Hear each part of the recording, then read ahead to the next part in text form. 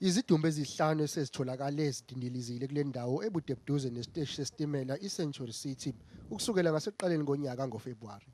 Zonke lezi zidumbu ngezamantombazane zitholakale ziboshwe izandla ngemumva zigqitshwe emgodini ongashoni kakhulu. Uphenyo lwabaseshi luzama ukuhlonza ukuthi izigameko lezi azihlobene yini noMaligaji obulala ephindelela.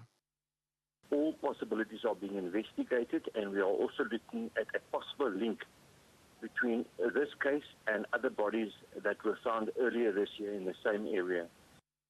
Emzamweni yokuqinisa uphenyo ngalezi zigameko, imeya yedolobha eKapa uPatricia de Lille usebeke isamba semali engu-50,000 amarandi njengomhlomulo kamehlo kaboni kuloyo ongaqhamuka nolwazi.